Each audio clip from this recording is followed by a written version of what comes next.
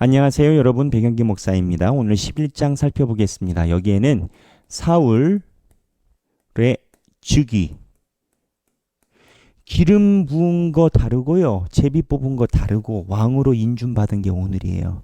그러니까는 오늘 인준이 또 달라요. 사울이 왕이 됐을 때 이렇게 세 개의 기록이 있는 건 거예요. 기름 부음, 제비 뽑고 그 다음에 즉위식. 이때 암몬 사람들이 침범합니다. 자, 암몬 하면은 어디일까요? 사실 성경 공부를 할 때 저희가 크게 챙겨서 지도를 찾지 않으면 지도를 볼 일이 많이 없어요. 그래서 우리가 성경을 볼 때, 이렇게 공부할 때 성경 지도를 한번 같이 보는 게 좋지 않겠어요? 자, 여기 보면 이게 이스라엘입니다. 자, 이스라엘에 보면 왼쪽 편이 이스라엘이고요. 그리고 오른쪽 편이 이쪽이 암몬입니다. 여기가 암몬, 이쪽이 암몬, 여기가 이스라엘입니다. 제가 형광펜으로 표시를 할게요. 자, 여기가 이스라엘이고요. 여기가 암몬입니다. 자, 그러면 여기가 이스라엘이고 여기가 암몬이면 길르앗 야베스는 어디일까요? 지금 이 길르앗 야베스는 여기에 있습니다. 근데 이 암몬 사람들이 이 길르앗 야베스 사람들을 공격을 합니다. 이 길르앗 야베스는 여기 가운데 보면 요단강이 있습니다. 이 가운데가 이제 요단강이에요. 보이시죠, 여러분? 이 가운데 요단강을 기준으로 요단 동편 하면 오른쪽이고 요단강 서편 하면 서쪽입니다. 이 요단 동편에 길르앗 야베스라고 해서 이스라엘 지파가 거주하고 있습니다. 잘 생각해 보면 여호수아 우리가 예전에 했었는데 여호수아서에 보면 하나님이 주신 땅은 요단 서편입니다. 이쪽이 하나님이 약속하신 땅이에요. 근데 요단 동편에 나는 넘어가지 않고 나중에 전쟁 끝나면 돌아올게요 한 지파가 있었습니다. 자, 아까랑 똑같은 지도예요. 똑같은 지도인데 여러분 여기 보면 여기 요단 동쪽에 므낫세가 있고요. 갓이 있고요. 그 다음에 르벤이 있습니다. 르벤이 있어요. 이 세 지파가 요단 동쪽에 머물고 있습니다. 그 당시에 이쪽 동쪽에 머무른 것은 하나님이 이 동쪽 지역에 잠깐 정체하기로 하시고 이스라엘 백성 1세대가 이쪽 광야에서 다 죽습니다. 40년이 흐르죠. 그러니까 2세대가 여기에서 자라나서 이쪽으로 치고 넘어온 거죠. 그때 이 세 지파, 그 므낫세 같은 경우는 절반 지파예요. 절반 므낫세가 컸으니까 이 절반하고 갓 르벤이 우린 요단강 동쪽 편에 거주하겠습니다. 다만 침략 전쟁, 정복 전쟁은 같이 갑니다. 해서 하나님께 허락을 받아가지고 이쪽에 정착을 하게 된 거예요. 여기 이쪽 정착할 때 있었던 사건이 뭐였을까요? 바로 말하는 나귀 사건입니다. 발람과 발락이 하나님을 저주하려고 할 때 그때 발람이 거짓 예언자죠. 나귀를 타고 가다가 나귀가 말을 하게 된 사건이 바로 이 모압과 암몬에서 이스라엘을 저주를 하려고 할 때 있었던 사건입니다. 제가 방금 어디와 어디 나라고 했죠? 모압과 암몬이라고 했죠? 그래서 여기에 보면 암몬이 여기에 있습니다. 암몬이. 그러다 보니까 이 요단 동편에 거주한 지파들은 이 암몬과 모압이 강해지는 거에 따라서 모압은 여기 있고요. 암몬과 모압이 강해지는 거에 따라서 공격을 받을 수밖에 없습니다. 구조가 그렇지 않습니까? 그러면 공격을 받으면 어떻게 될까요, 여러분? 침범을 당하죠. 근데 이 르벤, 갓, 므낫세 지파는 자기네들 선조들이 원해서 정착을 했거든요. 이스라엘 본토와 사이에 뭐가 흐른다고 했어요? 여기 요단강이 있어요. 지금은 강이 있어도 다리가 하도 잘 돼 있어서 차가 넘어가는 게 전혀 문제가 없어요. 근데 강이 존재한다라는 것은 일단 경제적으로나 군사적으로 단절이 돼 있다라는 겁니다. 그래서 이 르우벤, 갓, 므낫세 지파가 암몬 지파의 공격을 받을 때 힘이 약할 때는 많이 침범을 당했어요. 그러는 중에 오늘 이 암몬 왕 나하스가 이 야베스 길르앗, 이곳 야베스 길르앗이라는 곳에 침범을 해서 이야기를 합니다. 이 야베스 길르앗이 이 동쪽 지파의 상징처럼 되어 있어요. 동쪽에서는 대도시니까 이 나하스가 뭐라고 하냐면 야베스 길르앗 보고 너희들 다 우리의 종이 되라. 그랬더니 처음에는 조공 바치겠다 했는데 오른쪽 눈을 빼야 너희들을 살려주겠다. 이렇게 돼요. 왜 오른쪽 눈일까요?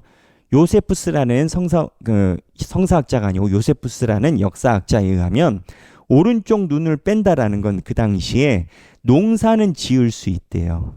그런데 방패를 들면 방패를 주로 왼쪽 편에 들었는데 오른쪽으로는 왜 칼을 써야 되니까 방패를 들면 오른쪽에 눈이 없잖아요. 이렇게 되잖아요. 오른쪽 눈을 빼면 칼로 이렇게 해야 되는데 그러면 오른쪽 눈이 빠졌다는 것은 보병으로서 가치가 없어진다라는 겁니다.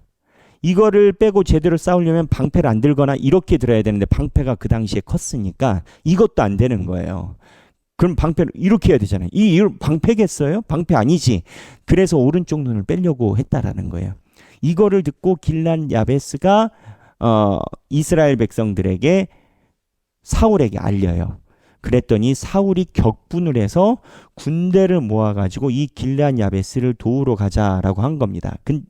이 사건이 있는데 이 사건에서 우리가 봐야 되는 슬픈 현실이 있어요. 왜 길란 야베스는 이스라엘 백성들과 이렇게 관계가 형성이 잘 되지 않았을까? 과거에 이쪽이 요단강으로 갈라져 있다 보니까 이 길란 야베스는 요단 서쪽에 있던 사람들이랑 지역 감정이 생겼어요. 사사기나 이런 데 보면 그런 걸로 인해서 야베스 길르앗과 이쪽 요단 동편과 서편이 사사기에 길르앗 사람들이라고 많이 표현되어 있는데 시시때때로 시비가 붙고 반목하고 마치 지역이 쪽 갈라진 것처럼 감정적으로 통일되지 않은 모습이 사사기에 많이 나옵니다. 무슨 얘기냐? 길란 야베스 사람들이 사울에게 도움 요청했던 거는 이스라엘 백성들 사이에서 안 도와주고 싶은 마음이 큰 지역이라는 거예요. 이스라엘 백성들은 길란 야베스가 침범을 당하든 오른쪽 눈을 빼든 그렇게 상관 안 할 수도 있습니다. 그러한 내용이 사사기에 그러한 감정의 골이 있어요. 그런데 사울이 일어납니다. 일어나가지고 다 모여 해서 화를 내면서 소를 각을 떠가지고 보내면서 안 모이면 가만 안 둬 이런 식으로 나와요. 그러니까 통일이 돼요. 왜? 사울이 제비뽑기 돼서 왕이 됐다고 하는데 사울이 안 모이면 가만 안 둬 하면은 보복이 두렵지 않겠어요. 그러니까 사울이 화내는 것 때문에 일단은 다 모여서 여기를 물리칩니다. 그럼 야베스 길르앗은 사울을 어떻게 생각하겠어요? 너무 고맙게 생각하죠. 이 길란 야베스 사람들이 나중에 사울의 시신을 수거합니다. 사울이 블레셋과 전쟁에서 죽거든요. 그때 사울의 시신을 수거하고 사울을 기려준 것, 그러니까 생각해 준 것이 이 길란 야베스 사람들이에요. 그러한 스토리 안에서 오늘 길란 야베스 사건이 존재하는 겁니다. 그래서 오늘 보면 사울의 즉위식으로 보면 1. 사울이 군대를 모을 때 군대가 왜 모아야 했나? 물론 그때 완벽한 정비군이 없었어요. 정규군이 없었어요. 그래서 군대가 필요할 때마다 예비군들을 모아서 합쳤었어야 되는데 그게 문제가 아닙니다. 제가 볼 때는 면밀히 볼 때는 신학자들도 그렇게 동의를 하지만 지역 감정입니다. 그래서 지역 감정 어떻게 해결합니까?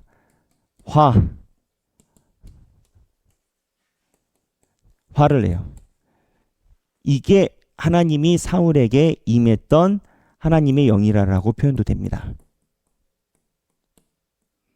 자, 하나님의 영, 여러분, 이 하나님의 영 화라고 하니까 희한하지 않습니까? 네, 그래요. 여러분, 하나님의 영이요, 평화만 있는 게 아니라 화도 있습니다. 예수 그리스도가 성전에 들어갔을 때 성전 어떻게 했습니까? 다 뒤엎어버렸어요. 화낸 거죠. 예수님이. 예수님의 화는 누구의 화입니까? 하나님의 화죠. 그래서 하나님의 화는, 하나님의 영은 화도 있고 평안도 있습니다. 내 삶에도 마찬가지입니다. 내 삶에도 의로움을 위해서 내는 의분과 공분이 있고 그거와 상관없는 평안도 있습니다. 그래서 여러분, 이 화와 평안이란 하나님의 화에 대한 부분이 굉장히 중요하다. 하나님의 영에 대한 이해가. 왜냐하면 잘못하면 하나님이 무조건 평안, 좋은 것, 마음이 편한 것, 이것만 하나님의 뜻인 줄 알아요. 그러면 어떻게 되냐면 마귀가 그걸 가져다 줍니다. 하나님의 것이 아닌 다른 것은 마귀예요. 그러니 하나님 안에서는 죽이기도 하시고 살리기도 하시고 화를 내기도 하시고 우리에게 평안을 주시기도 하시는 하나님의 그러한 세계를 우리가 이해를 해야 돼요. 그 다음에 두 번째, 여기에 사울의 초심이 나와요. 화를 냈어요. 전쟁이 이겼어요. 근데 전쟁이 이기니까 어떻게 돼요? 사울의 권위가 올라가죠. 사울의 권위가 올라가는데 13절에 보면, 자 보세요. 관점의 이동입니다. 관점이 중요한 건데, 자 13절, 사울이 이르되 이날에는 사람을 죽이지 못하리니, 12절부터 백성이 사무엘에게 이르되 사울이 어찌 우리를 다스리겠느냐, 한 자가 누구니까 그들을 끌어내소서, 우리가 죽이겠나이다. 사울이 전쟁에 이기니까 이전에 보면 사울이 제비 뽑혔을 때 불량한 자들이 사울을 따르지 않는다라는 기록이 있어요.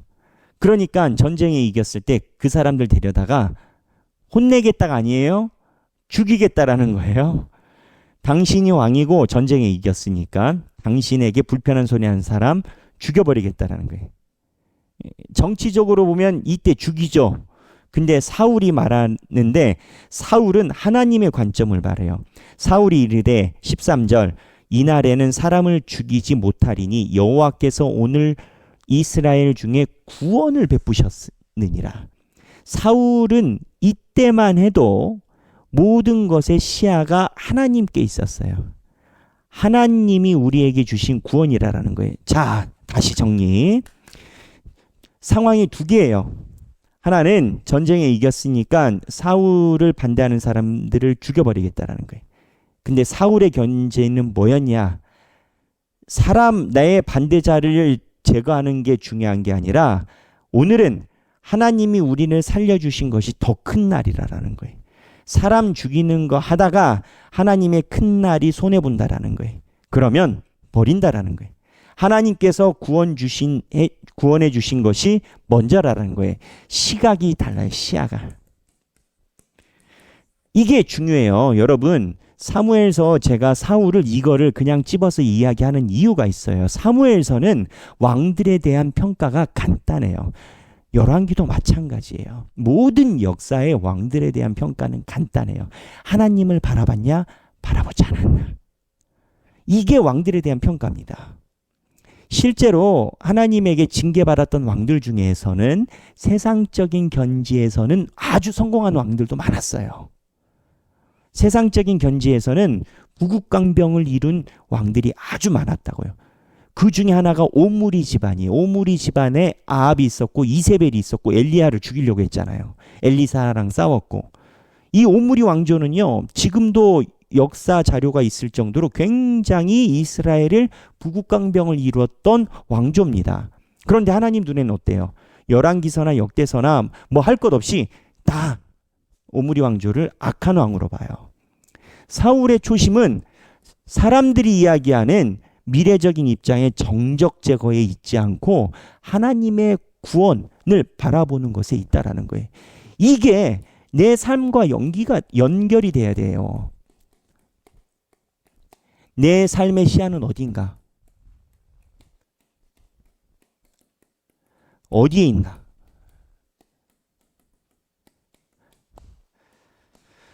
어, 로또 맞으면 좋겠어요. 그죠?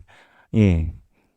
근데 제가 우연히 들었는데 도박을 한 사람들이 성공하지 못하는 이유가 있답니다. 한 방에 10억을 한 배틀에 10억을 따잖아요. 그리고 나서 처음에는 이 돈을 안 잊어버려야 되겠다라고 이 돈 그대로 가지고 온답니다. 그러면 10억을 지키기 위해서 왔잖아요. 그럼 무슨 현상이 나타나냐면 심리적으로 일상에 있는 소소한 행복들이 전혀 행복하게 느껴지지 않는다라는 겁니다. 아침에 일어나서 건강한 것, 또 맛있게 밥 먹는 것, 또는 좋은 친구 만나서 대화하는 것, 교회 가서 기도한다든지 이러한 일상의 소소한 것들 중에 기쁨이 다 사라진대요. 왜? 너무 강렬한 걸 한 방에 맞아버리니까. 그래서 일상에서 좀 살다가 이걸로 삶이 행복하지 않으면 거꾸로 우울해지거든요. 시간 문제지. 우울해지니까 모아놨던 10억을 들고 가서 다시 도박한답니다. 그래서 도박하는 사람들이 나중에 큰 돈을 벌어도 삶이 힘들어질 수밖에 없다라는 게 거기에 있다라는 거예요. 한 방에 큰 자극적인 감각을 접하게 되면 일상의 소중한 것들이 다 무감각이 돼버린다는 겁니다. 생각하기 내 삶의 시야는 어디 있냐? 내 삶의 시야가 어디에 있느냐가 중요해요. 아까 제가 얘기를 했잖아요.